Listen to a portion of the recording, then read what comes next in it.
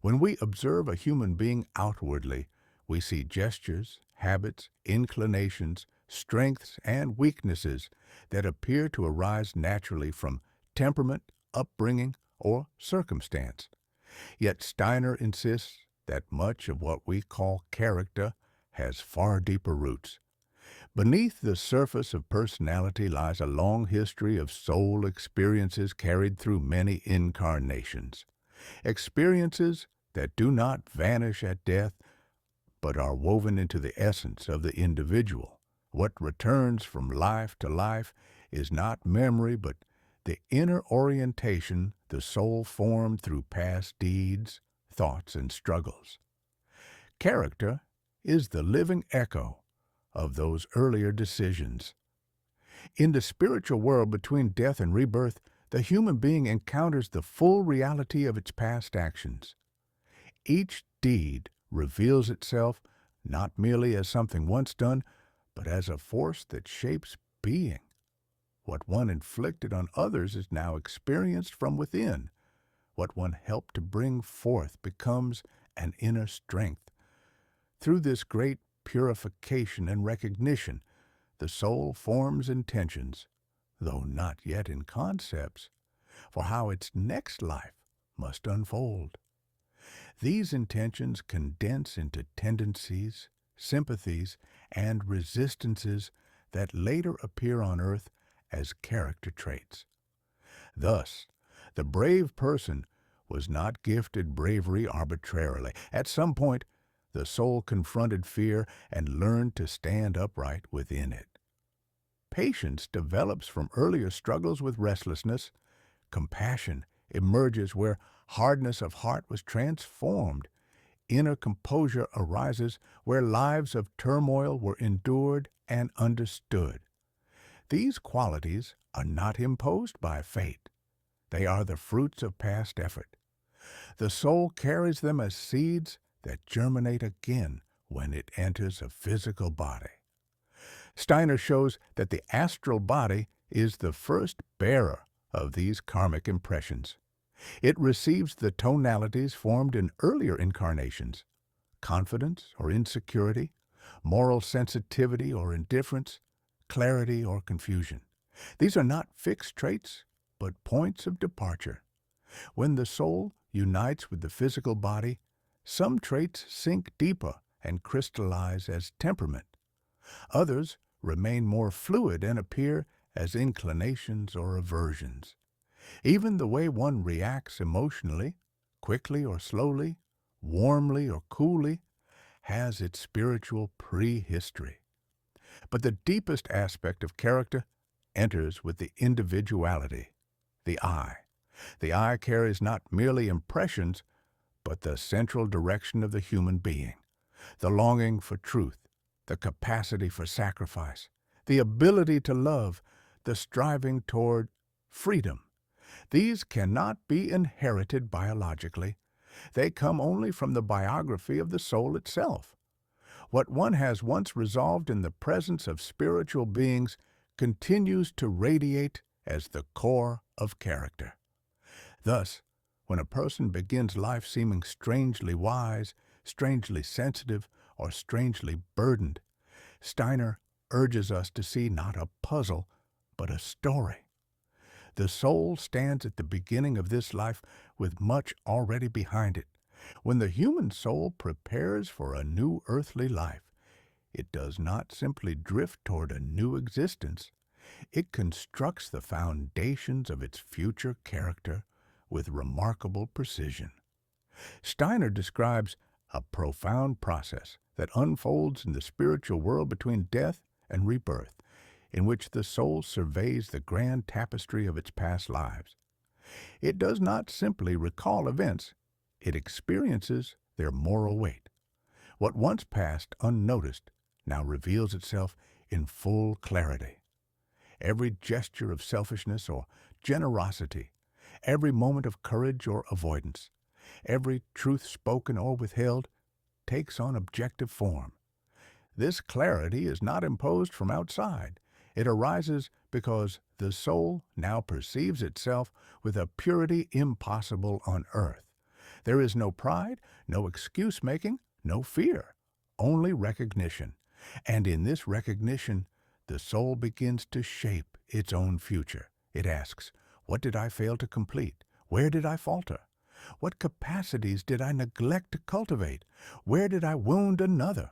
Where must I now balance, deepen, or heal? These questions are not abstract. They generate forces, currents of intention, out of which the architecture of the next earthly character slowly forms. With the help of spiritual beings, the soul selects the circumstances that will best allow these intentions to unfold. The family, nation, epoch, even the temperament into which it will be born. None of these are coincidences. The human being seeks precisely those parents whose hereditary qualities provide the right instrument for karmic growth. The etheric forces of one family strengthen perseverance, another sharpens intellect, another awakens emotional depth. The soul chooses the instrument that can best transform its unfulfilled tasks into lived experience. In this preparation, the past expresses itself as character seeds. Suppose a soul once lived with great intellectual brilliance, but little empathy. It may now shape a life in which emotional sensitivity awakens early, sometimes even painfully. A person with an unexplained tenderness toward the suffering of others may carry the transformed remnants of a hard-hearted past life. Similarly, someone who moves through life with unusual inner calm may have wrestled through lifetimes of turmoil to win that quiet strength. Other traits bear the stamp of unfulfilled striving. A person who longs for truth, sometimes beyond what their surroundings can support, often carries a karmic aftertone of past confusion or dishonesty. The hunger for truth is the echo of earlier encounters with falsehood. Someone who possesses unwavering courage may once have collapsed under fear and now seeks to complete what was left undone. Even strong aversions toward injustice, cruelty, or deceit arise because the soul has known these forces intimately, perhaps even participated in them, and now remembers what must never again take root. The karmic shaping continues through the astral body, which is woven from the moral and emotional residues of previous incarnations. The astral carries our habitual reactions, whether we erupt or withdraw, embrace or resist, whether hope rises readily or requires great effort. Temperament emerges from the interplay between inherited tendencies and karmic tonalities. A melancholic streak may echo past experiences of loss that have not yet been transformed into wisdom. A sanguine lightness may stem from earlier trust in the world. A choleric fire may derive from a soul that once acted decisively, perhaps too decisively, and now must learn restraint. Yet the most essential traits arise from the I organism, the bearer of destiny.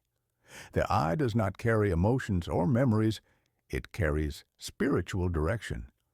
What radiates from the I appears in a person as sincerity, moral intuition, inner steadfastness, the desire to serve, the capacity to sacrifice.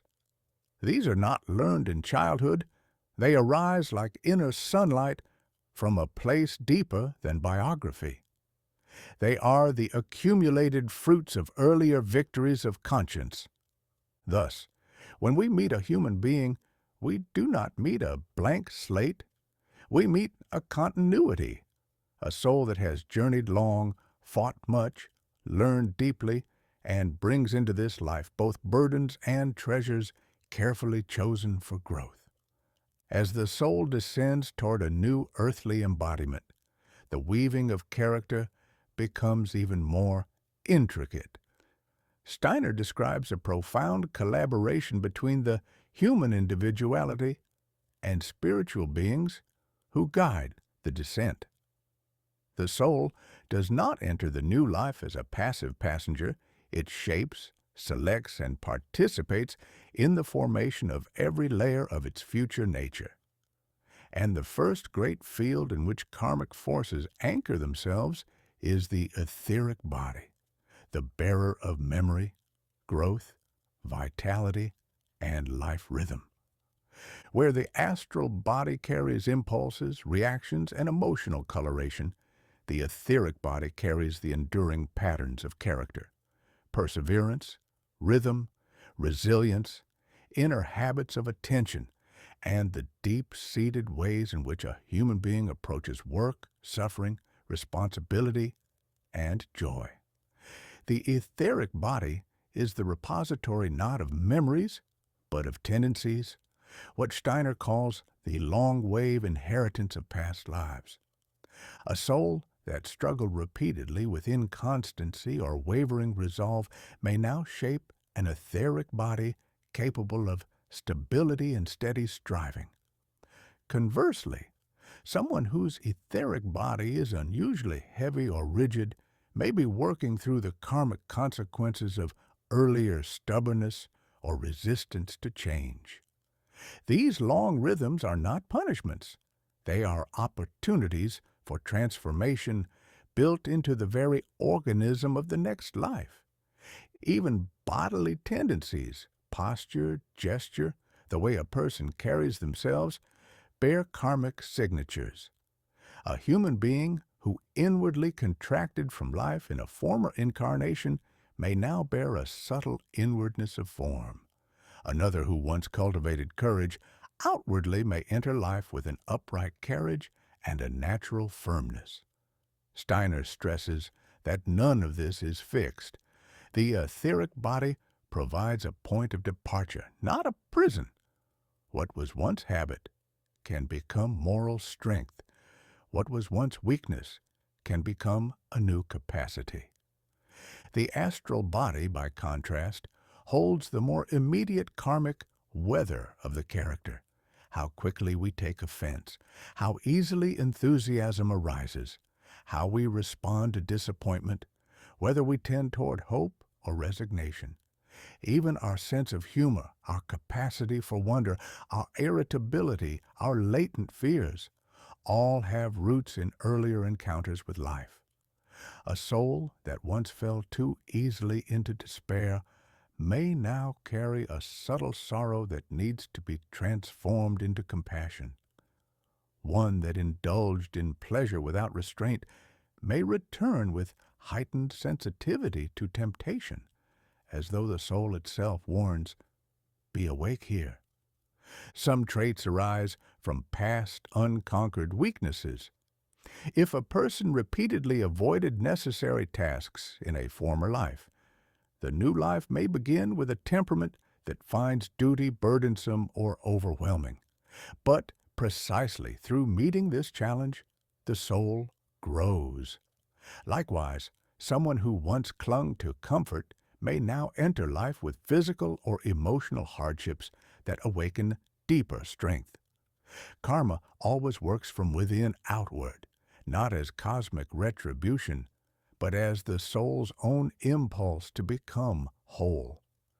Other traits are refined strengths carried across lifetimes.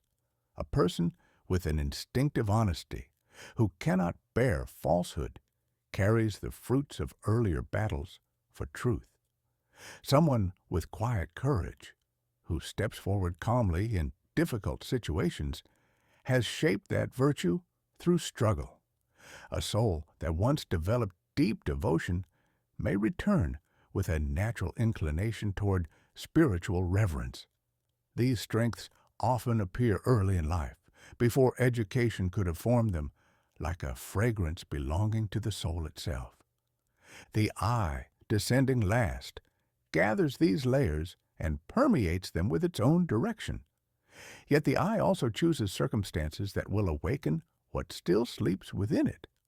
It may select a challenging childhood to test its ability to love, a profession that sharpens morally undeveloped capacities, friendships that awaken forgotten forces, even illnesses that require the soul to deepen its inner life.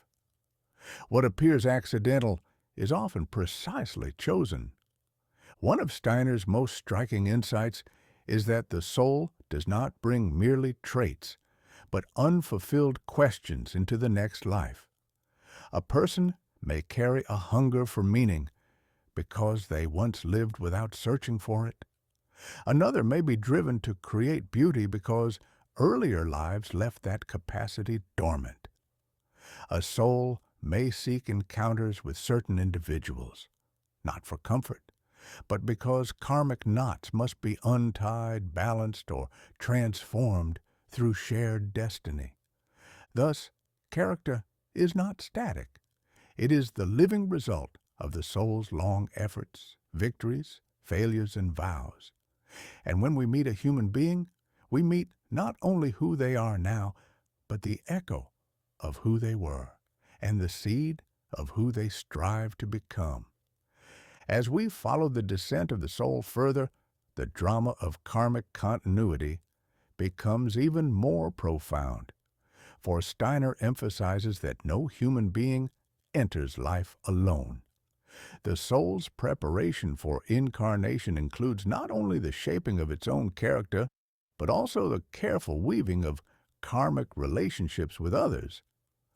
Much of what we interpret as luck, misfortune, coincidence, conflict, or affinity is in reality the manifestation of long-standing connections between souls. These connections reach back through centuries, sometimes millennia. Before birth, the soul surveys not only its own unfulfilled tasks, but also those shared with other individuals. Certain individuals appear as if bathed in a spiritual luminosity. These are souls with whom one has deep karmic ties. Some are beings toward whom one carries unfulfilled love. Others are those one has hurt or been hurt by. Others are companions in shared spiritual striving. In the spiritual world, these ties are not abstract. They are experienced as forces, living currents of attraction or resistance, calling for resolution and transformation. Therefore, many character traits are shaped not only by one's own past, but also by the tasks one must fulfill with other people. A soul may strengthen patience because it will meet someone who provokes impatience. It may cultivate firmness because it must support someone weak. It may acquire sensitivity because it will meet a soul in need of deep understanding. Character is shaped in anticipation of the moral tasks that destiny places before us. When we encounter a person toward whom we feel an inexplicable sympathy, an ease that cannot be explained by reason, it often indicates that the bond between our souls was once harmonious, that we accomplished something good together. This inner warmth is the afterglow of a shared past. On the other hand, when a person irritates us without clear cause, or when a relationship becomes entangled in misunderstandings despite good intentions, it may be that earlier conflicts are seeking resolution. We feel the karmic tension as discomfort, but it is really a call to understanding. Steiner describes how the spiritual world prepares these encounters with enormous precision. Paths that seem to cross by chance, on a street, in a workplace, in a brief conversation, may have been woven long before birth, and the qualities we carry into life, our reactions, sensitivities, strengths, and weaknesses, shape how we will meet these karmic companions. A tendency toward defensiveness may be the residue of a past in which one refused to listen. A quiet shyness may be linked to earlier lives of harshness, where the soul now seeks gentleness. Even strong attractions, whether of friendship or love, may reflect efforts made together in the spiritual world to advance one another's development. These relationships are not always pleasant. Karma is not designed for comfort, it is designed for awakening. A soul that must learn compassion may be placed in a family where compassion is needed daily. One that must learn courage may face early adversity. Another that must overcome pride may repeatedly meet humiliation or find itself in the company of those who challenge its self-image. The more evolved a soul is, the more consciously it recognizes that such experiences are not assaults from outside, but answered questions arising from its own past. Steiner describes how these karmic threads weave themselves not only into relationships, but into professions, talents, and life paths. A person drawn to healing may have once caused harm and now seeks to restore balance. One drawn to teaching may have once received assistance they now wish to repay. One drawn to artistic creation may harbor unfulfilled impulses from a former culture. Even obstacles reflect karmic continuity. A writer who struggles with expression may once have misused speech. A leader who hesitates may once have seized power too quickly. The soul constructs its life in such a way that unresolved tendencies become visible in the fabric of biography.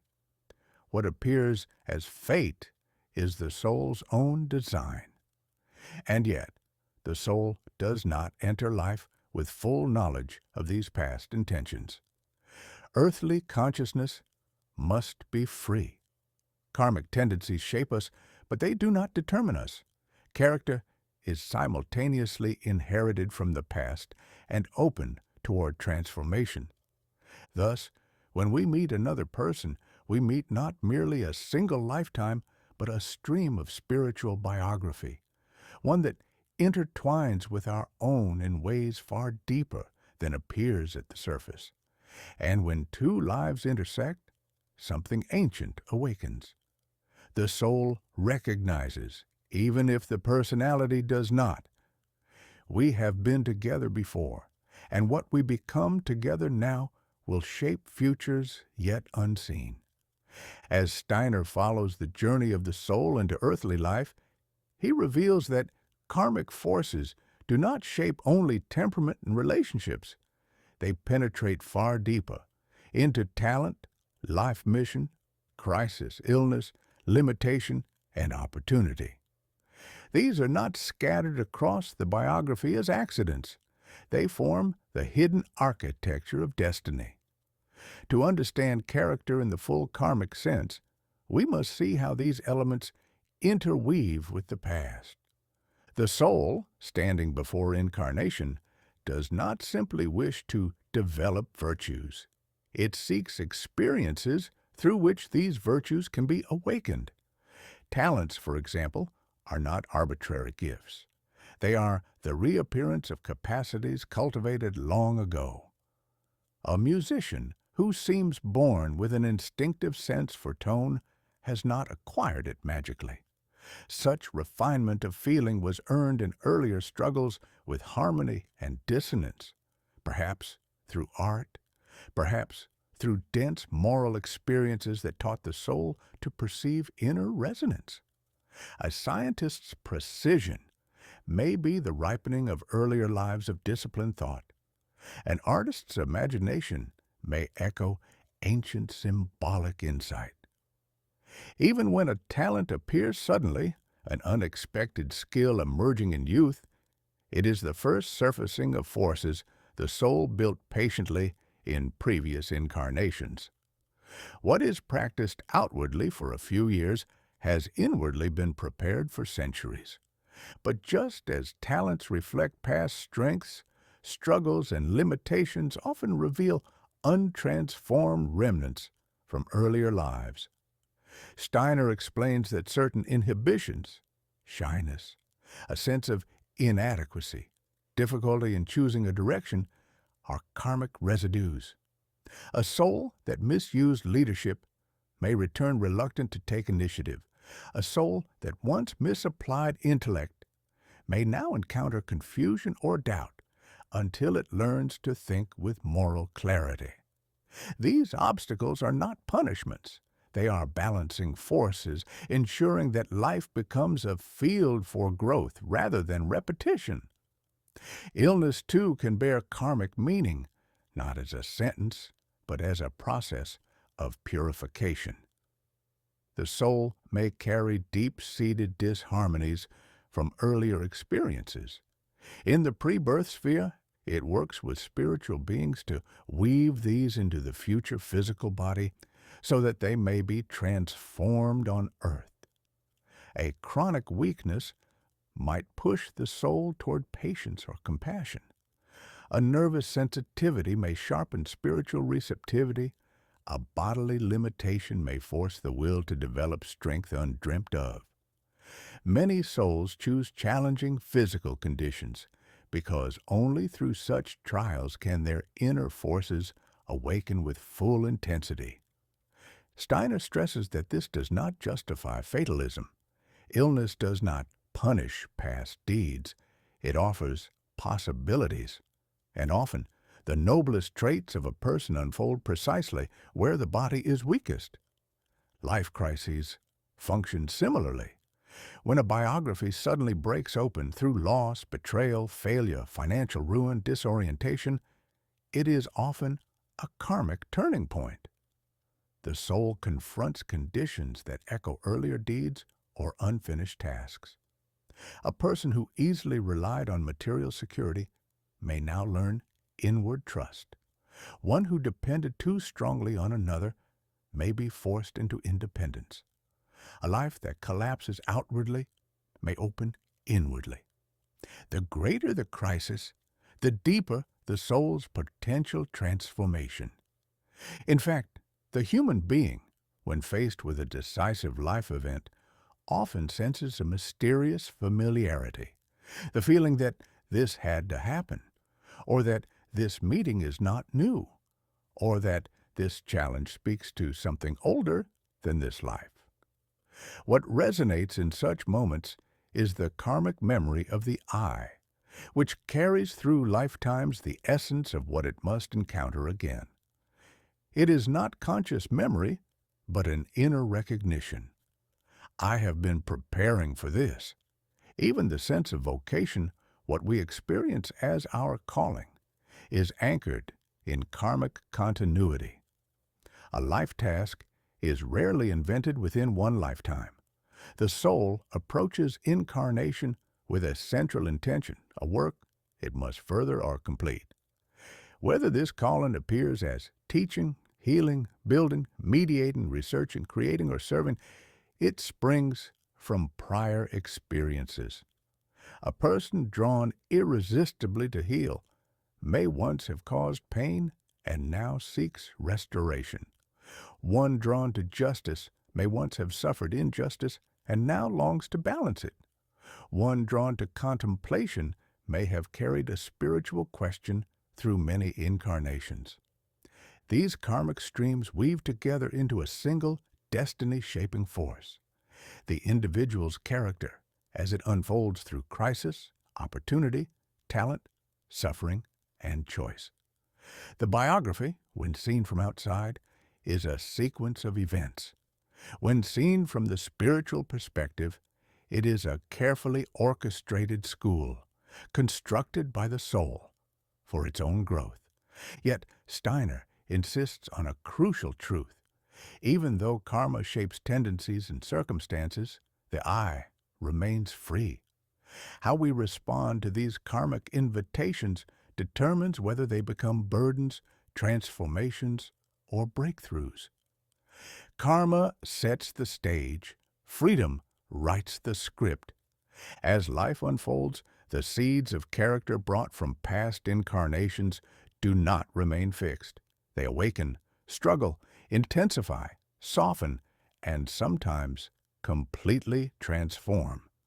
Steiner emphasizes that karma is not a rigid mechanism, but a living process. in which the human eye works upon the inherited forces of past lives. What we come into life with is the starting point. What we become is the work of freedom. Already in childhood, karmic tendencies show themselves with striking purity.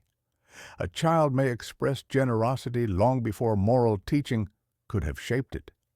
Another reveals a talent that seems to appear from nowhere. Yet another carries fears or aversions that no experience in this lifetime can explain. These early traits are the echoes of past incarnations, still unfiltered by biography. But as the child grows and the eye begins to take hold of the etheric and astral bodies, especially around the ages of 7, 14, and 21, character becomes a field of active transformation. The outer layers of temperament often soften or shift, as though the deeper individuality pushes its way through inherited patterns. A melancholic child may become a steady, contemplative adult. A restless youth may grow into someone with remarkable discipline. Around each threshold of development, the eye integrates another layer of the past, reworking it into something new. Steiner describes a remarkable phenomenon. The soul often meets, through life circumstances, the very forces it struggled with in earlier incarnations. If one once resisted responsibility, life now repeatedly demands it. If one once misused influence, one now may be placed where leadership is essential, but must be shaped in a different way. If one once experienced abandonment, life may offer relationships in which loyalty becomes a conscious achievement. The soul recognizes these moments inwardly. They carry the quality of necessity, a sense of "this is mine to face." What is most striking is that the human being can reshape karma while still living. When one meets a challenge consciously, without resentment, avoidance, or surrender, something shifts in the karmic balance. Steiner explains that every moral victory has two effects. It strengthens the I in the present, and it changes the karmic future. A trait carried from the past can be transformed in midlife. A weakness can become a strength. A fear can become courage. The biography is not the repetition of old patterns, but the forge in which they are reworked. Crises, in this sense, are decisive opportunities. A betrayal may awaken a depth of compassion that the soul did not previously possess.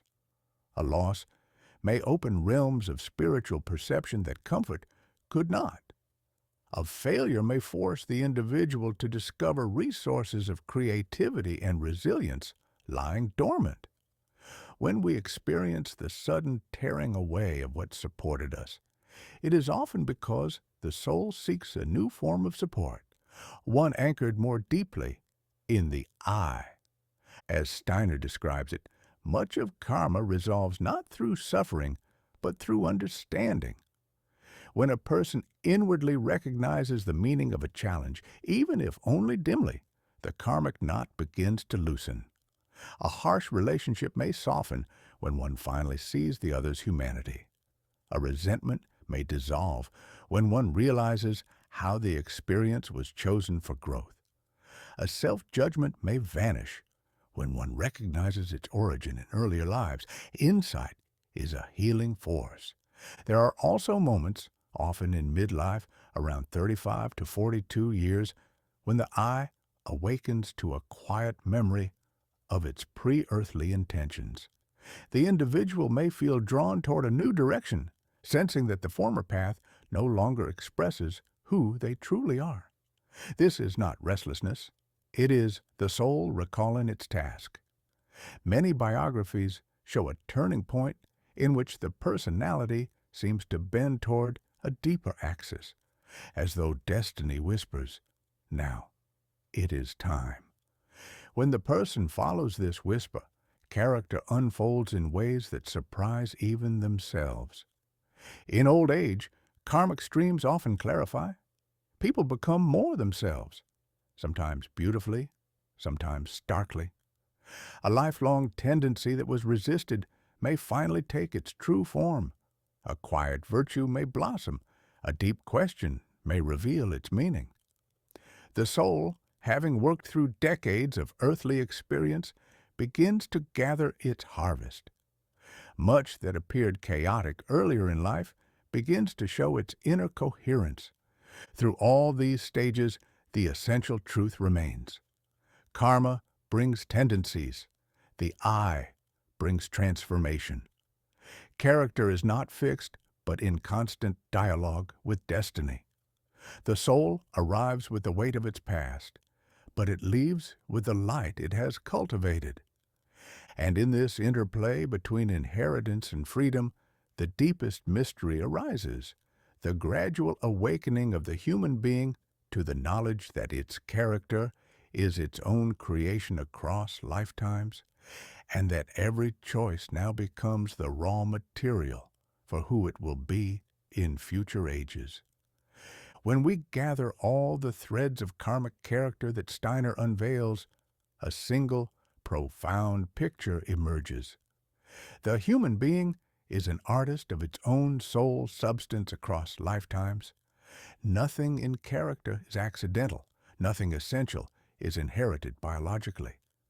What is deepest in us, our moral orientation, our inner voice, our capacity for love, our recurring weaknesses, our gifts, our longings, our fears, our burdens, all of it has been shaped, abandoned, renewed, resisted, embraced, broken, and reforged through many earthly lives. In earlier epochs, this sculpting happened largely unconsciously. The soul lived intensely, experienced strongly, suffered deeply, but without the clarity to recognize how these experiences were forming the foundations of future character. Today, however, Steiner tells us that the task of humanity is to awaken to this great continuity. We must learn to see in our own tendencies, not excuses or flaws, but spiritual inheritances, asking to be transformed. And in the tendencies of others, we must learn to see not irritations or obstacles, but echoes of ancient stories, rhythms of their own soul's evolution. The biography becomes readable as a karmic text. Childhood reveals past impressions carried into fresh life. Adolescent struggles are the surfacing of unresolved forces. Life's turning points express the soul's attempts to reconnect with its pre-birth intentions. Relationships become the meeting places of ancient debts and shared missions. Crises appear where deeper transformation is demanded, and the longing for meaning becomes the first awakening of the I to its eternal continuity. What is most striking in Steiner's view is that human freedom is not diminished by karma. It is born from karma. Because the soul has created its own character through past choices, it can reshape it again. Every untransformed trait is not condemnation, but invitation. Every weakness is the starting point for a future strength. Every difficult encounter is the renewal of a past relationship that can now be lifted to a higher level. And every moral decision radiates outward beyond this life, becoming part of the soul's eternal biography. Thus, character is not a prison. It is a promise. It shows us what we have been and hints at what we may become. When a person with a violent past finally cultivates gentleness, something immense happens. A centuries-long karmic impulse is reversed. When someone who was once timid now acts bravely, the world becomes slightly more free, because the I has transformed what once bound it. When a person forgives where they once hated, they tear apart the karmic chain that might otherwise bind both souls for lifetimes. Moral acts do not vanish. They alter the architecture of future existence. Steiner describes how, after death, the soul gathers the essence of its earthly life like a harvest. Not events, but the moral forces generated through them. These forces are then woven into the I, becoming the spiritual substance with which the soul constructs its next character, its next destiny, its next earthly instrument. What we shape in this life becomes the inner climate of the next. Every gesture of love becomes light. Every insight becomes strength. Every victory over oneself becomes freedom. Every unresolved impulse becomes a task we ourselves will set before us again. From this perspective, the human being stands in a majestic position. We are simultaneously the heirs of our past and the architects of our future. We carry into this life the unfinished artistry of prior incarnations, and through each thought, feeling, and deed, especially those born from conscious intention, we sculpt the character that will accompany us into the next. This is why Steiner repeatedly says that spiritual knowledge should not make us fatalistic, but profoundly responsible. If we understand that our character is our own creation, then we can no longer blame others, nor the world, nor fortune. Instead, we begin to sense the quiet grandeur of freedom. I am becoming who I have made myself to be, and I am creating who I shall yet become. Every life, then, is a chapter in a long spiritual biography. The human being enters existence bearing the traces of ancient decisions, weaving them into new patterns through present choices, and leaving behind a moral imprint that shapes future epochs. And as this process unfolds, the soul slowly approaches its true destiny, to become, through freedom and love, a conscious co-creator in the evolving cosmos.